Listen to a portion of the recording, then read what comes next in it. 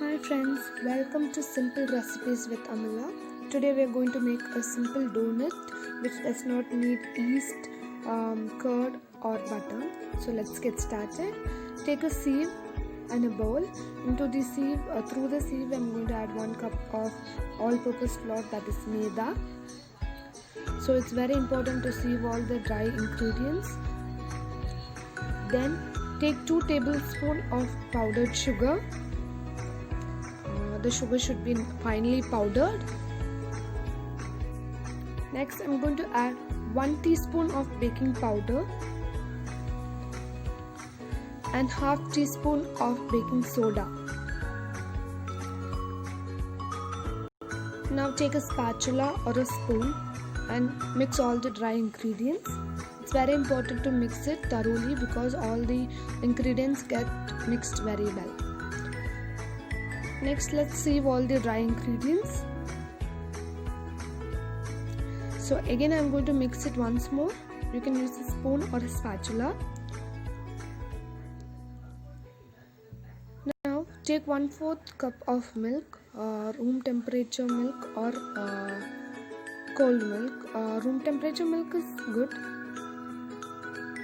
Add it little by little and we'll knead a dough. Knead it nicely. So take about 5 to 6 minutes to knead the dough. Add milk gradually and little by little and then knead the dough. So the dough should be soft like this. Into this I'm going to add 1 tablespoon of ghee. In this recipe I'm using ghee, I'm not using butter. If you don't have ghee you can use butter. Do not use any oil. So the taste won't be different or something like that. It's going to be nice. Next, after that, take a little more ghee and just spread it on the top so that the top does not get dried. So now we are going to rest this dough for 15 minutes. It's very important to rest it for 15 minutes. Take a cloth and just cover it over top and just keep it for 15 minutes. After 15 minutes, you have to knead the dough once more. It's very important to knead the dough again.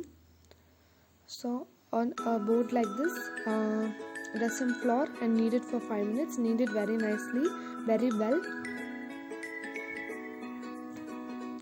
After kneading it for 5 minutes, the stickiness of the dough will reduce. And now add a little more flour, and by using a rolling pin, we are going to roll the dough. So roll it nicely. I'll show you the thickness of the dough. It should not be too thin nor too thick. So the dough should be this thick. So now I'm using a lid and a bottle cap for cutting the shape of the donut. If you have a cookie cutter or a donut cutter, you can use that. So I don't have that, so I'm using this. You can change the size of your cutter. So let's do the rest of it like this, in this way. So the excess dough can be knead the dough once more, the excess dough, and you can just roll it. Then you can just take it out in the donut shape. For 1 cup of maida you can make around 11 donuts. So it's according to the shape. So if the shape is big, it will be less donuts, small, more donuts.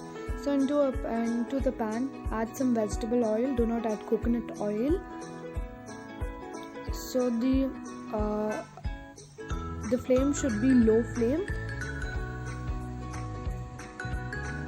If the flame is too high, it gets burned very much.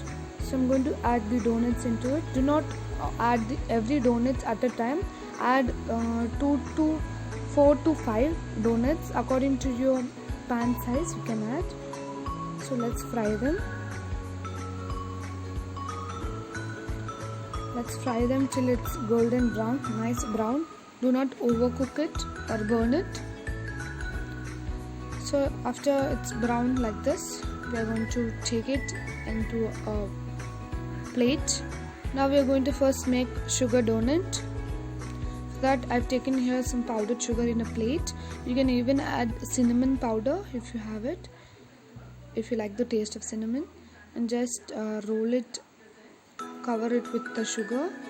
While doing the sugar donuts, the donut should be a little bit warm so that all the sugar get coated.